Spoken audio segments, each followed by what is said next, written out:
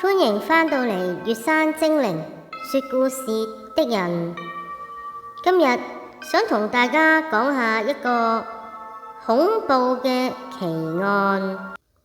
呢一單係發生喺1965年，堪稱香港戰後第一宗碎屍案。死者俾人斬成8塊，喺8個膠袋內，然後8袋碎屍藏喺一個金山窿裏面。咩叫金山窿？年輕一輩可能都唔係好知，但係樟木窿大家可能就清楚啲，就係一啲衣箱嘅物體。以前嘅人就好興會將一啲過季嘅衫或者唔用嘅雜物就擺喺一個樟木窿裏面。案發係喺銅鑼灣怡和街40A怡華大廈，一個喺榮利祥記有限公司嘅老闆，佢叫鮑冠達，當時案發係57歲，哇！但睇相你以為佢60幾歲，佢係遭到佢一個職員29歲嘅何子賢殺害，然後分屍8塊。但係點解會有咁嘅情況呢？佢將佢裝喺8個膠袋，仲棄屍藏喺呢一個金山窿裏面。其後因為有人請一啲咕喱將金山窿諗住由灣仔駱克道一個大廈又搬去另一個大廈喎。結果當呢個咕喱想將呢個金山窿搬入電梯嘅時候，哇！竟然有啲血水喺裏面流出嚟，所以先揭發呢個案情。呢個係被譽為戰後第一宗碎屍案。故事又要由呢個65年7月6日就講起㗎啦。當時鮑冠達同佢個老婆宋玉清本來就約好咗下晝4點鐘 T 一 T， 結果到咗時間，個老婆就見唔到個老公喎，咁啊打電話問下佢係咪喺度啦，咁啊冇人聽，揾唔到佢。尤其是嗰陣時佢哋公司又要搬啦，咁啊個老婆就以為個老公可能好忙，抽身唔到出嚟啦。當時又冇手提電話，call機都未有，咁啊揾唔到人，就唯有自己返屋企等啦。點知去到深夜，宋玉清都唔見個老公返嚟喎，咁結果唯有周圍咁樣問啦。第二日到上班時間，又再打電話返公司，睇下佢會唔會喺公司度過夜定點。但員工就話阿老闆冇嚟喎，跟住阿老婆又繼續不斷打電話返公司，隔一陣又打，隔一陣又打，但係啲員工都話唔見阿老細喎。於是乎阿老婆就喺忐忑不安中度過咗呢一日。除咗打電話問公司同事，就唯有問下啲親朋好友，個個都打去問下。但係佢就好似人間蒸發咁唔見咗啦，呢個鮑冠達。咁啊渺無音訊啦。過咗2日，7月8日，宋玉清結果喺自己個信箱發現咗一封署名黃龍黨，喂咁 old school 嘅勒索信。信中就話：你嘅老公俾我哋綁架咗，快啲俾5萬蚊贖金，千祈唔可以報警，唔係撕佢票。咁5萬蚊係1965年，都應該係一個大數目。宋玉清就好驚啦，終於都唯有揾阿女嚟商量對策。冇耐，佢又接到一個神秘電話，點知嗰個人就同佢講撕咗票啦，咁佢收咗電話喎。媒體當時都懷疑鮑冠達係俾人撕票，但係宋玉清都唔知真假都好啦，聽完就暈咗，咁啊唯有去報警啦。佢個女，警方介入之後就發現呢封勒索信好古怪。首先文筆拙劣，文理不通。你知啊，嗰個年代可能有讀過少少書嘅人寫字係都比較暢順，係冇乜讀書嘅人，可能先至差啲。咁由字跡嚟睇，更加似細路仔嘅字喎。更加荒唐係綁匪要求宋玉清係將贖金放喺佢屋企外邊電梯旁嘅垃圾桶喎，好唔合情理。所以警方估會唔會係整蠱佢嘅咋？再過咗一日，晏晝1點幾，有一男一女就抬住一個好鬼大嘅金山籠，就頭先所講，四周都有不鏽鋼裝飾嘅傳統大木箱。咁其實係咪有種叫金山木呢？好啦，佢哋好辛苦咁諗住入去銅鑼灣怡華大廈，咁梗係坐電梯啦，咁鬼重。但由於個箱體積好大，竟然個 lift 都入唔到喎。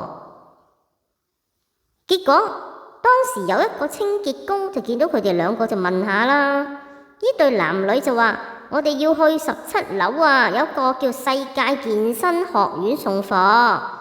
但係清潔工話：喂，唔係喎，你個箱咁流啲黑色嘢出嚟，好鬼臭喎，你唔可以上去。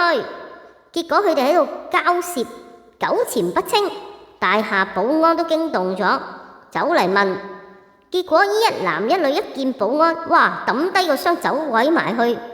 結果得返保安同清潔工你眼望我眼，都唔知咩事。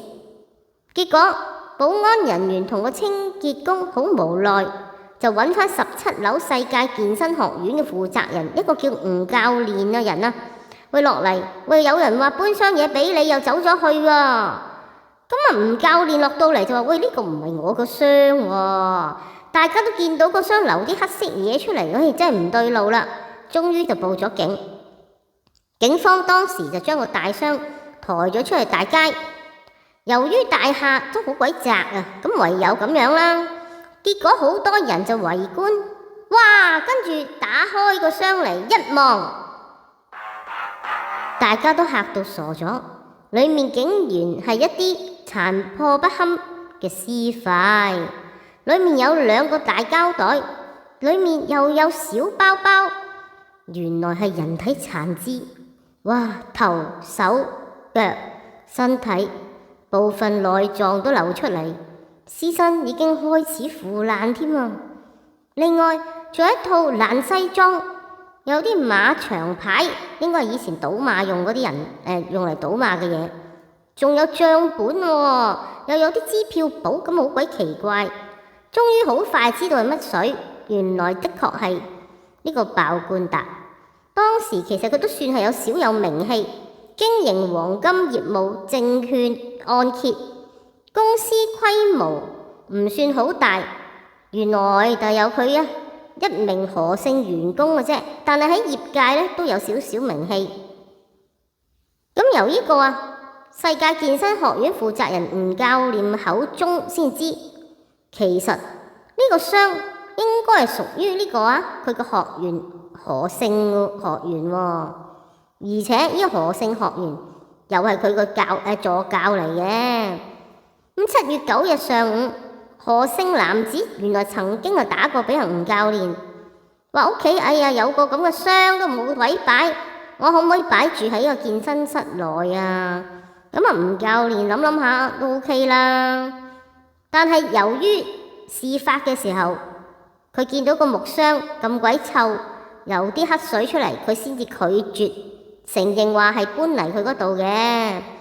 結果警方好快知道呢個何姓男子就係何子賢，身材健碩，個樣都生得唔錯。我哋喺呢啲鬆郁蒙嘅黑白報紙，你都隱隱約約覺得佢都係一個靚仔。佢亦都曾經參加健美先生選舉，雖然每次都落選，但都有啲名氣喺健身圈裏面都係識得佢嘅。佢個老婆就叫伊玲喎，話好似嗰個年代嘅人嘅名，的確都幾靚女，係酒吧駐場歌女，亦有名氣喎。佢兩個結婚之後就搬咗去伊玲嘅屋企，同外父外母住嘅。兩個人婚後仲生咗1仔1女。由於伊玲嘅職業成日都夜返，為此兩公婆原來都嗌晒交㗎啦。6月22號嘅時候，伊玲同老公嗌交，竟然想用殺蟲水混合酒精自殺，但係俾人救返。深入調查之後，警方就發現原來呢個何子賢咪就係死者爆冠達公司嗰個員工咯。警方就話應該係咁噶啦，冇錯。第二日，警方接獲九龍一家旅館報案，話佢兩個原來就匿咗喺呢間酒店旅店。警方就梗係開心啦，終於揾到佢兩條友，連忙就出動將佢哋逮捕歸案。好犀利，由揭發案情到捉拿疑兇都唔使48個鐘。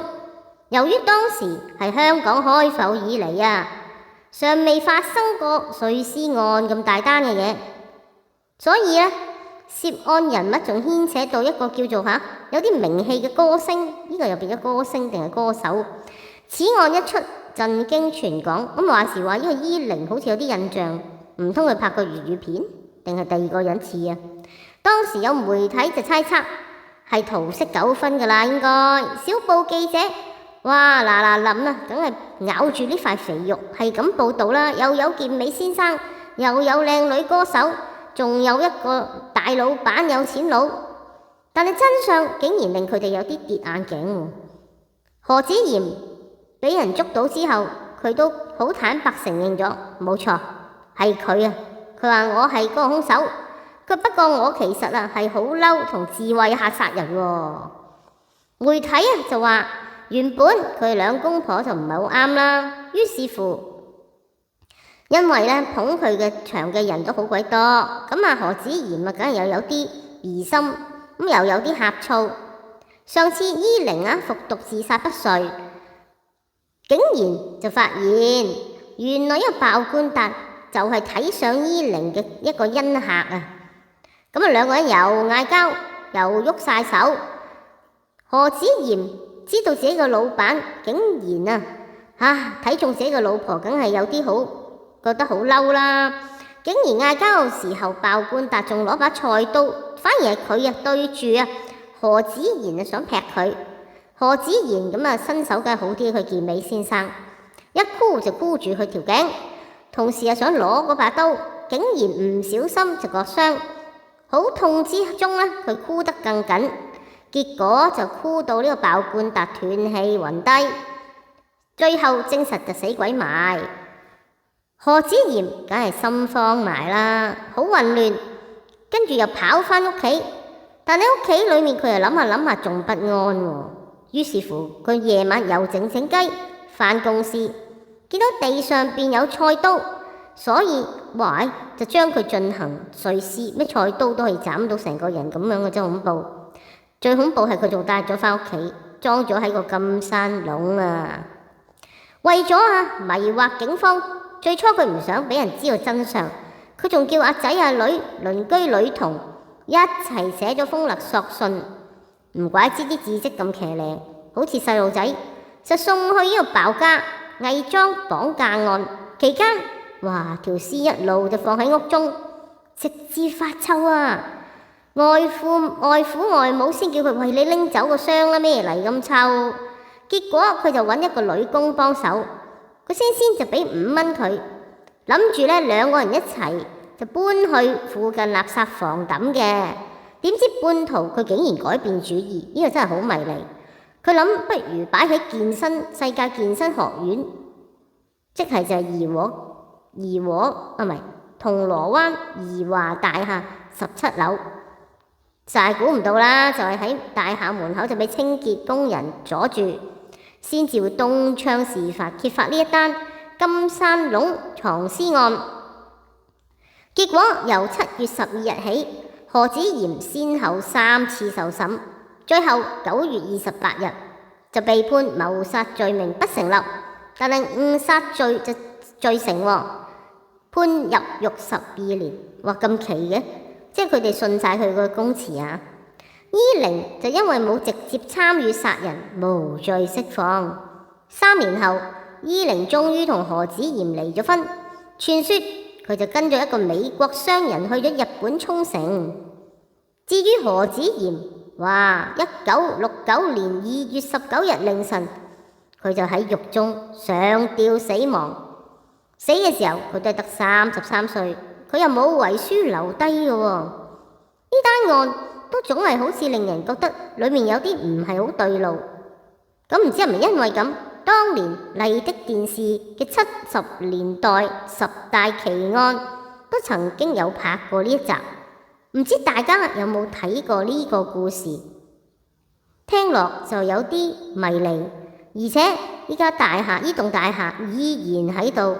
你一 search 咧，就會發現有啲空宅嘅資料。有啲人甚至話細個都睇過呢個10大奇案故事，瞓到幾晚都瞓唔着。當時其實亦都有資料提及何子賢係有叫佢細佬何子平一齊去公司幫手清潔。何子平夜晚11點就喺土瓜灣個住所去。11點半就去到聖佐治巷，但係嗰陣時海底隧道都應該未起完㗎係嘛？又好似冇地鐵喎，點解佢可以咁快去到嘅呢？呢啲資訊都令到人覺得嘖嘖稱奇。大家點睇一單案？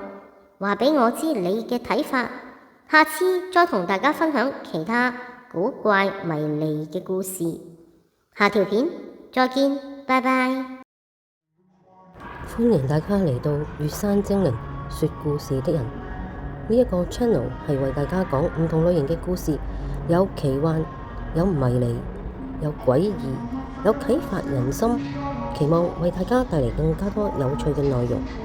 歡迎你透過 PayMe、Super Thanks 或者轉數快去支持我，你哋嘅支持能夠令我更加有動力去製造更加多嘅內容俾你。